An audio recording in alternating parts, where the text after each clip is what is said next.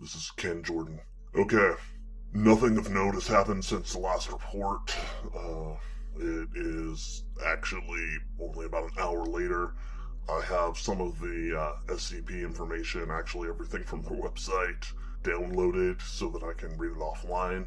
I was looking through some of this, and I've got to say, I do feel pretty good about what we have going for this session. And again, I'm just going to point this out. Yes, every single one of these SCPs has been presented as being fiction. Don't get confused. Don't get scared. What I am saying, though, is that from time to time, some of these things have some similarities to reality, to things that exist that are actually hidden from you, or maybe aren't even hidden, that your brain just has kind of passed over. And that's okay. That's what we're here for. That's why we're talking about this stuff. That's why I want to get into the meat of this. About their stories. And some of them are just going to seem off. Reality is a lot stranger than you probably think. Or maybe not you. By this time, if you've been listening to all of these, you're probably pretty accepting of the fact that the world is different than you might have been told as a child. And that's a good thing. That's the kind of person that has a chance to survive. Also, I'm just going to take a moment here, if I can. Just being able to see what's going on isn't going to be enough. You've got a little bit of time to prepare. Get out there, exercise every day. It doesn't have to be something big. Go for a jog, join a gym, lift a few weights. But anything you do is going to be better than doing nothing. And remember, even if I'm just some crazy guy on the internet making up weird stories or something, seriously, working out is a bad thing? No, you know you need to work out. Even if the end of the world isn't coming, you need to work out. You need to get your diet around. Now, personally, and I'm not going to come across as some kind of Puritan here. I eat a vegan diet. This isn't about me trying to say I'm better than anybody else. Meat and dairy are high-level aggregators of heavy metals, some other things, fish, tuna, just a huge amount of mercury right now. If you eat lower in the food chain, a little bit less of that is going to be collected into it, and it's enough. It's a good enough reason to not be to be eating things like that. You want to be as healthy as possible right now. So get that diet in, get that exercise. However you choose to diet, you should at least make sure that you're eating something that's going to have some nutrient value to your body. Even if you're eating paleo, do something. Learn to fight. I know this is probably going to seem odd, and I'm not saying that you need to, run down to the local MMA gym and learn to do that, but take a self-defense class, practice hitting things, remember, and I'm just going to run through the basic training stuff here really quickly before we get into the SCP information, which is I know why you came, but, hey, it's my soapbox, right? Remember, in a real-world conflict, your goal needs to be to get away, especially once the weird stuff starts to happen. If you can, run. If you can't run and you have to fight, try as hard as you can to debilitate quickly against a human being. That means hitting them in the eyes, hitting them in the groin, hitting them in the throat.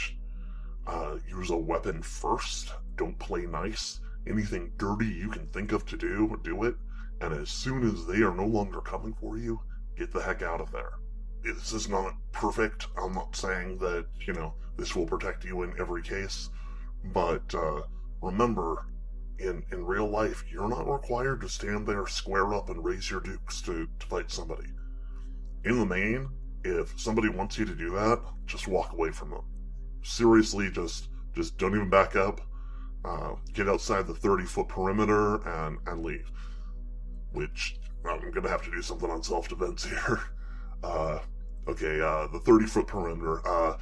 Against human beings, if you're further than 30 feet away, and they're not looking down a sniper scope or shooting arrows at you with a distance weapon in hand, most people will not bother attacking you.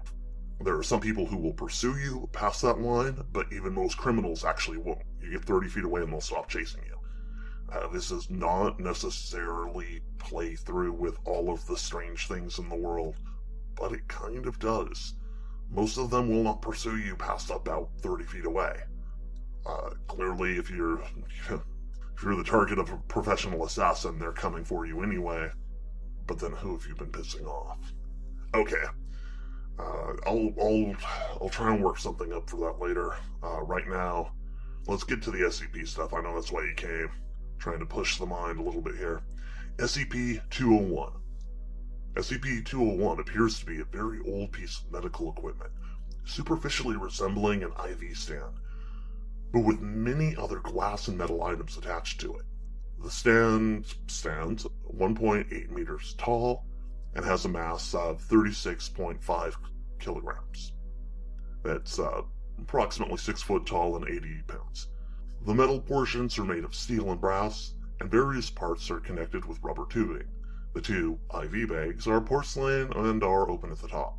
SCP-201 was recovered in Redacted Hospital in a long-unused storage area. No record of the item appears anywhere in the hospital records, which it probably wouldn't. Entering within 30 meters of SCP-201 can result in the subject being displaced into an alternate reality. This effect is apparently random, with some subjects remaining totally unaffected after exposure to SCP-201. Those affected will cease to exist in our reality between 1 and 48 hours after the initial exposure. Durations of displacement vary between a few hours and upward of 8 years. The time spent in this alternate reality can vary greatly from actual elapsed time in our reality. So, basically, you may feel like you were gone for 8 years, but to anyone else, they would lose track of you for, say, 20 minutes. Okay. This alternate world appears identical to our own with these exceptions.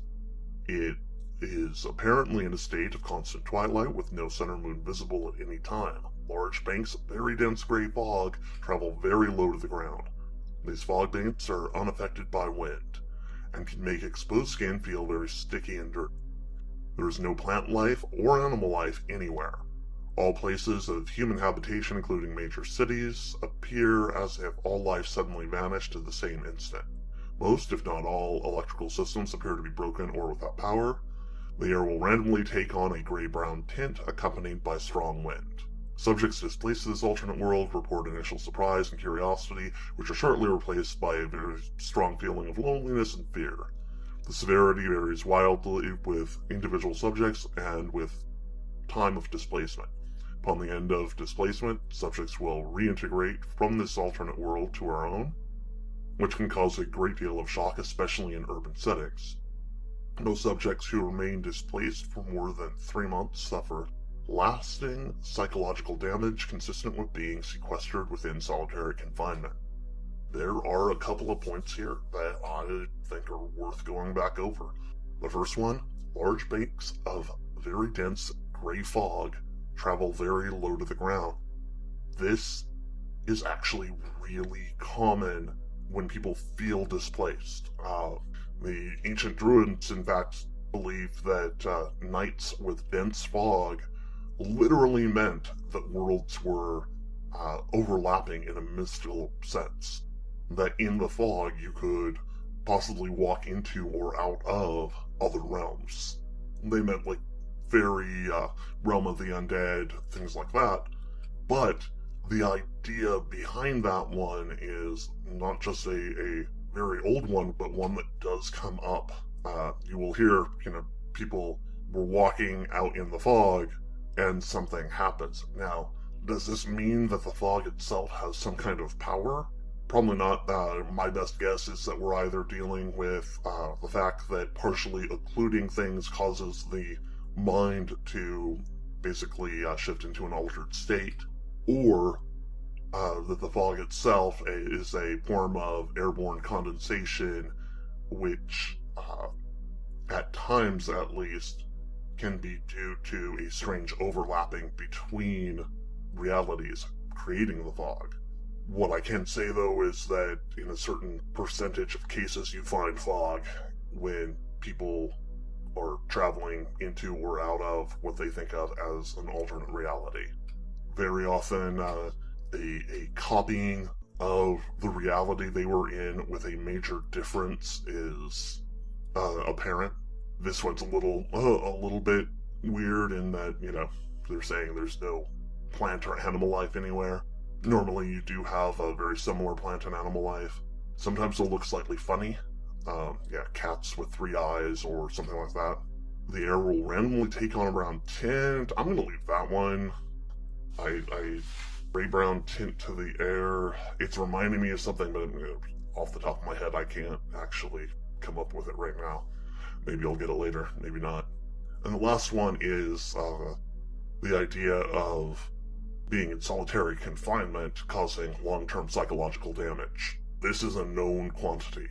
I'm going to get on my high horse here and say that putting prisoners, otherwise sane prisoners, in solitary confinement for any length of time is cruel and unusual punishment. If they weren't a little off when they went in, they will be by the time they get out.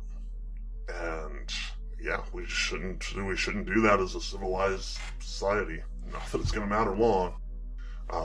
If you're ever in some kind of long-term confinement or find yourself in a different reality alone, there are things you can do that help.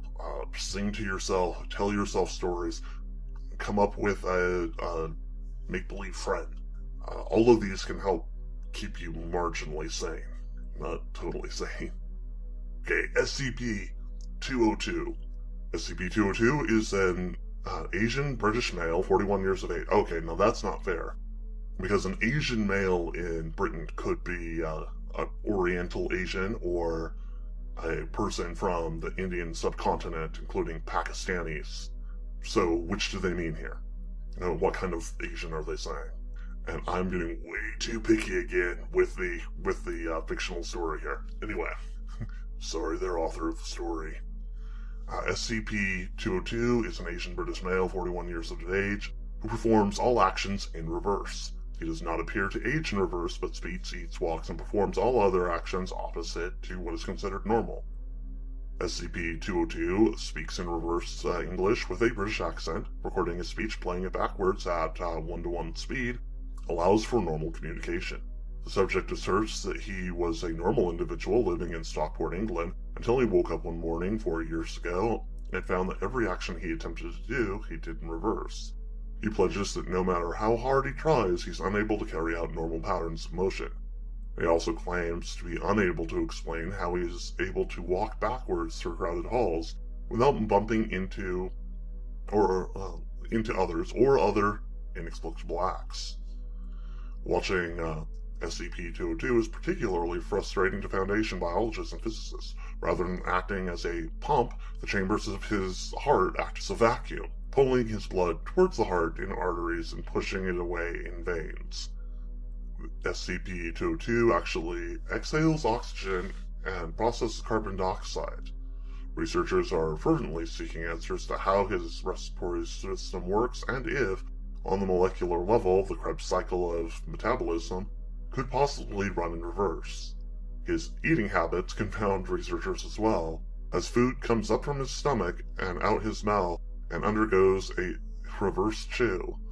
For example, when eating a sandwich, SCP-202 somehow regurgitates a bolus of food that reverse chews into a portion of sandwich. Boluses are added from SCP-202 into a complete sandwich that defies laws of both physics and biology. The resulting sandwich is completely normal and edible according to research. SCP-202 claims that he isn't aware of what he's going to eat until it starts coming. As for waste, when SCP-202 needs to data expunged, see addendum. Thank you, author. Thank you. I don't need that one. SCP-202 does not think in reverse and cannot foresee the future, as some personnel believe. He is rather good at Rubik's Cubes and enjoys dismantling jigsaw puzzles. Okay. I'm going to leave that one. It's a nice, odd tale. It has a bit of surrealism involved, particularly the inconsistencies within it, which are something to focus on. He's not running backwards in time completely. but clearly some of the things like reverse chewing food that then assembles into a sandwich or other food product means that time is running backwards, partially. Clearly somewhere in his body he's assembling these things, and again, thank you author of this SCP for not adding that in. Moving to the next one, SCP-204. SCP-204-1 is a semi-organic nanomachine colony that follows SCP-2042 as a form of protector. SCP-2041 spends the majority of its time in a dispersed cloud where it is almost impossible to perceive with normal human senses. However, if SCP-2042 is put in danger, or if 2 commands it to, 1 will instantaneously materialize in a solid physical form. The exact shape and nature of this form is subjective, depending wholly upon 2's view, state of mind, and imagination. Despite its variable nature, 1 has a number of common traits. These include massive strength, large size, basic intelligence, perfect obedience to 2, and the ability to regenerate itself after consuming living flesh. 1 is vulnerable to conventional weaponry and can be temporarily forced back into its dispersed state if enough damage is inflicted. Okay, so this protector follows around basically a child from 4 to 14 years old. That part isn't that needed, but we have a semi-organic nanomachine colony. Yeah, we have this. This one seems a little advanced for reality, but we certainly have the basics for this down. Probably within 20 or 30 years, this will be a deployable weapon system in much this way. Something that basically hovers around a person coming into solidity or combat form just to repel someone else. Probably not a solid physical form. There's no particular reason for that. With a weapon, all you need to do is to take down the enemy. This one seems to turn into a solid object in order to do that, but the power of nanoclouds will probably, as offensive or defensive weapons, be in doing things more like stopping neural activity or preventing oxygen from being taken into the body.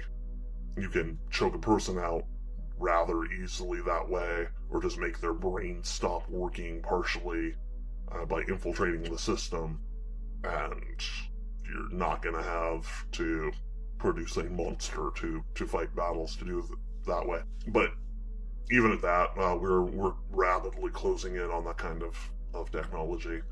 I've seen enough that, again, it's one of those things, if somebody said, we secretly have this already, I'd probably buy it, even without seeing anything. Moving on, SCP-208 appears to be a short, stout man of Egyptian heritage, possessing a great deal of hair over much of his body. Along his brow is a mane similar to a lion's in shape and color, which grows down to a significant beard. SCP-208 typically wears an Egyptian tunic, similar to that of typical Old Kingdom military, although occasionally this is replaced by modern military fatigues. SCP-208 is capable of inducing rapid cellular regeneration and reconfiguration within organic life forms, which amounts to the ability to quickly and effectively heal most physical ailments. This is performed by a unique form of electromagnetic radiation released from SCP-208's body, which acts on a wavelength that oscillates with 4 degrees of freedom rather than 3. The electromagnetic radiation displays unusual pulse phenomena. Furthermore, the energy of the radiation decays over distance in a fashion incompatible with the inverse square model. This radiation is emitted from SCP-208 naturally in small doses and can be released in greater amounts when focused. Personnel have noticed being near SCP-208 provokes feelings of wellness and ease, making him quite popular with the security staff. This radiation also possesses the ability of warding off ill intent, to the point of acting as a physical barrier to naturally malicious beings. What causes this is unknown. The MRI scanning of Class C personnel taken from death row in the presence of SCP-208 detected an unidentifiable pattern of neurons firing. This activity coincided with a feeling of extreme unease on behalf of the subject as he tried to flee the secure containment chamber. It is speculated that neural activity activates the acute stress response in human subjects, stimulating the fight or flight instinct, which causes it to affect non-human subjects is unknown. What causes it to affect non-human subjects is still unknown. He's a friendly, jovial person with the staff, despite his fierce appearance. Due to his good behavior and cooperation, the subject is permitted access to most common areas within Site-17, known as most staff as BESS.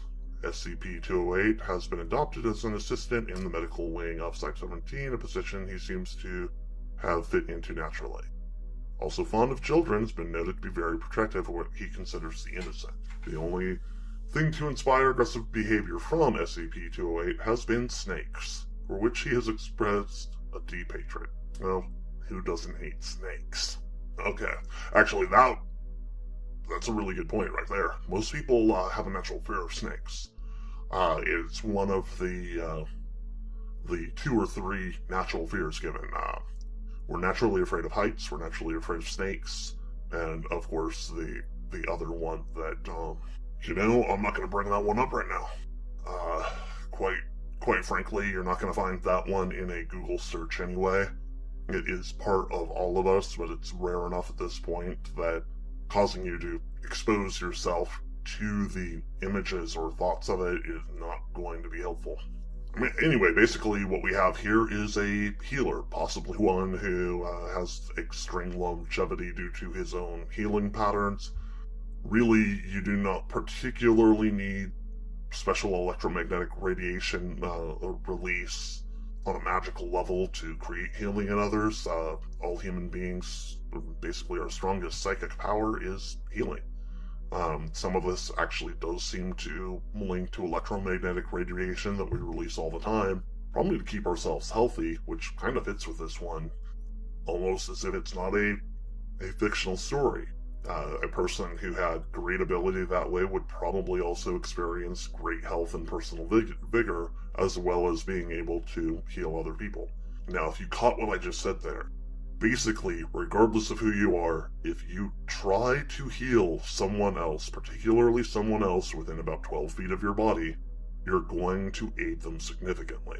This is not necessarily saying you have the ability to bring them back from the dead or anything like that, but creating up to a 10%, even more than that if you're particularly skilled and powerful that way, healing effect in other people is very doable. This may not sound like a lot, but basically if we could turn it into a pill, every patient in the hospital would be given it. So, yeah, that's something to look into. Honestly, just intending to help somebody heal and sitting with them will make it work. I know a lot of people have tried over the years to really increase this effect. A few have managed it. Basically, if you can go into a delta or epsilon brainwave state while sitting with someone else and intending to help them, you can really pump up their ability to heal quickly. But this is very difficult to do. Basically, you have to be a master of meditation to make it work. But you've had a bit of time. In 2 years, maybe you can become a master of meditation. So it might be a skill worth working on. That will also help you heal faster. I think I covered that in one of the previous sessions. SCP-209 appears to be a single malt Scotch tumbler. Why did I pick this? A single malt Scotch tumbler? Okay. 10 centimeters in height, which is approximately 4 inches, with a 3 centimeter diameter at its widest point, which is a little over 3. The tumbler shows no manufacturer's marks, but does indicate signs of moderate to heavy use and light wear, including a small chip missing from the rim. When not in the possession of a human subject, the tumbler contains approximately 3 ounces of an unknown golden brown translucent liquid. The liquid cannot be siphoned, spilled, drained, evaporated, or otherwise removed by any means other than a human subject taking hold of the tumbler and consuming the liquid. All activated or subjects debris following a sampling of the liquid produced by SCP-209 reported to be alcoholic in nature and providing a sense of warmth, assurance, and general well-being. This effect has proven to be highly addictive, with methadone therapy currently holding the highest rate of success toward detoxification from SCP-209's effects. Okay, I think I randomly selected this one out, and the name on it led me to believe it was going to be about something else. This kind of thing is not one that I've really seen. So, a good story to pay attention to, and remember, just because I'm saying I haven't seen things, just because I'm saying that I haven't read about this in secret files, that doesn't mean that it can't exist. Even as a field agent, not everything was presented to me clearly. And, well, it would have been hard for anybody to keep entire fields of endeavor from me over that long of a time period. It may not be impossible. So keep that in mind. And also, don't drink strange unknown liquids that are magically produced in vials, or bottles, or magic tumblers.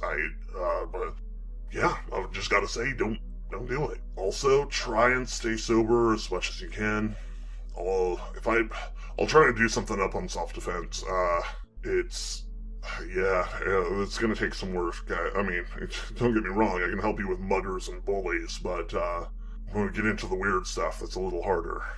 I'll try and come up with something, but yeah, just in general, try and keep your brain clear for now, if you can. If you're gonna take something, take hallucinogens and at least know that you're possibly seeing other worlds. Okay, SCP-215 is a pair of prescription glasses designed to correct myopic vision when worn. SCP-215 induces a belief in the wearer that inanimate objects are sentient and capable of communication with the wearer. Basically, it creates a strong feeling of paranoia. Okay. There's no definite safe amount of time to wear it, but the onset of delusions generally takes at least 24 hours. A great deal depends on psychological disposition of the wearer before SCP-215 is put on. Now, here's the thing with this. Again, I just said, magical items, not necessarily a thing, but it would be very possible to make a pair of glasses that did this. You could just micro laser etch subliminals into the glasses. The person wearing it would see it every time they're looking at anything, possibly below the threshold of conscious thought. And if you were telling them that things were out to get them or to be paranoid, you're almost certainly going to have a long-term effect. And again, it would take some time, maybe even 24 hours, probably longer than that, probably a couple of weeks, to really just embed in a person's brain. You could have a long-term effect doing something like that. It wouldn't take magic at all. I don't know why a person would do this, but you certainly could. Now, doing something along these lines to create a control position over a person, now that makes a little bit more sense to me. I give you the glasses. Glasses contain a translucent, pretty much invisible to the conscious mind message on the lenses, maybe repeated a few thousand times. This overlay colors the view of the world, but tells you, do what Ken Jordan says. And, well, it might not turn you into a complete slave. You're probably, if you're viewing that all the time, gonna be a lot more likely to do what Ken Jordan wants. I'm not talking about myself in third person. I'm just trying to... Okay, I was. Sorry. SCP-219. SCP-219 is a mechanical device consisting of primarily an array of pistons driven by an electric motor, which can be powered by attaching it to a separate generator. The entire machine is supported by a thorium alloy frame. The outer frame of SCP-219's pistons are also primarily made of the same thorium alloy. Attached to the outside is an IBM desktop PC, keyboard, and monitor, all shielded with shock-absorbent foam to prevent damage to them by the device's vibrations. When the computer is turned on, it automatically runs an earthquake generator program. Using the keyboard, a user can select up to 20 items from a list of commonly used construction materials including multiple varieties of stone, soil, brick, concrete, steel, iron, data expunge, and glass. Selecting the other option from the bottom of the list brings users to a different screen, enabling them to select other substances, including several types of wood, plastics, paper, and bone. The user may also choose to describe the properties of the material. Oh gosh, well, you don't have to make this out of thorium. This is just an earthquake machine. It's just, it selects the particular resonance of a given material. You also, to make that work, you need to know some specific information, like the size of the affected material. It's best if you can, say, find the resonance of a large section of bedrock instead of just, an iron beam. Then you hook the resonator up to the object at hand. It begins to physically generate a waveform with the resonance. Every time the piston strikes, it adds a bit of power to the outgoing wave, or actually the outgoing wave as it bounces back and forth in the object itself is what adds a little bit of power. So over the course of hours or days, you end up with an object that's trying to shake itself apart because there's so much kinetic energy being added to it just a little tap at a time. Tesla worked with some of this type of thing. This is it doesn't work really well, but sure, you can do this.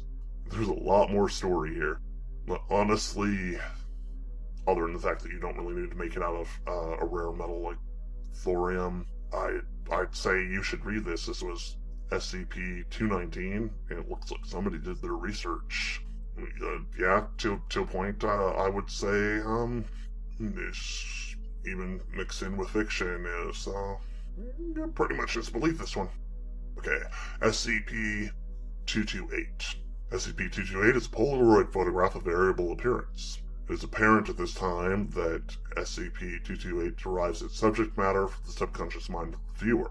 Images produced are always visually clear, but vary in interpretive coherency. For example, one viewer may cause SCP-228 to manifest a clear portrait of that viewer's father, while another causes an image of a heart-shaped object submerged in green fluid to redacted. Now, why would you redact that? The coherence of the image produced by SCP-228 appears to vary from subject to subject and is theorized to have some connection to the viewer's emotional state. I'm reading through really quickly. Okay.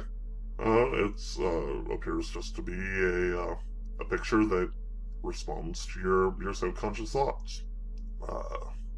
I've seen really rough versions of this. You can look it up online. We're approaching that. Right now, you can basically just see a really rough version of what other people see. But, we're getting there. That doesn't make it a Polaroid picture, but that's the magic of the story. And, again, doesn't mean that you can't have something like that. If we can hook you up to an fMRI and start picking out images from your brain, that doesn't mean that other people, either from a more advanced civilization or just one with an alternate timeline, couldn't make something along the lines of a Polaroid photo that can do the same thing. SCP-230 is a male Caucasian with a lean build and gaunt appearance.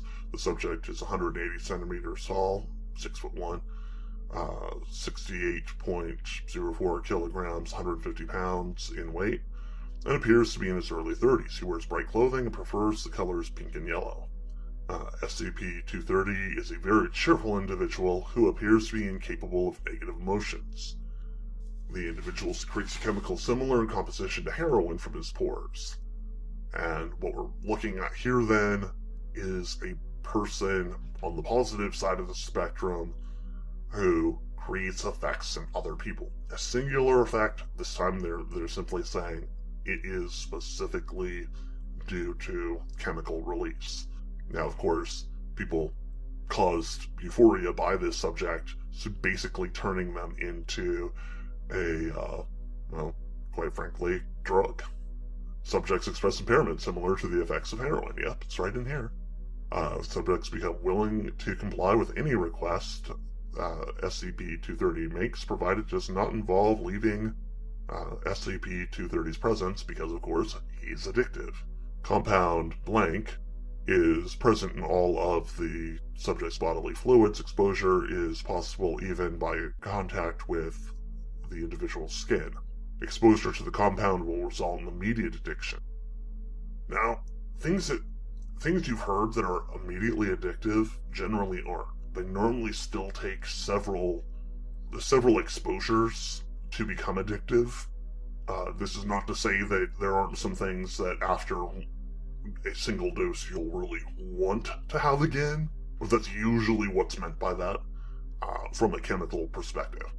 Okay, this is fiction, but again, I have to say, this is very plausible.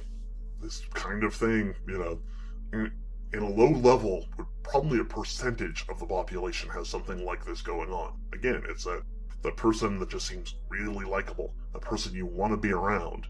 Now, that may only be for you, but even somebody who you just really enjoy could have something like this going on. They're saying this is a very strong effect in this individual, and certainly there are people that have those powerful levels of effects.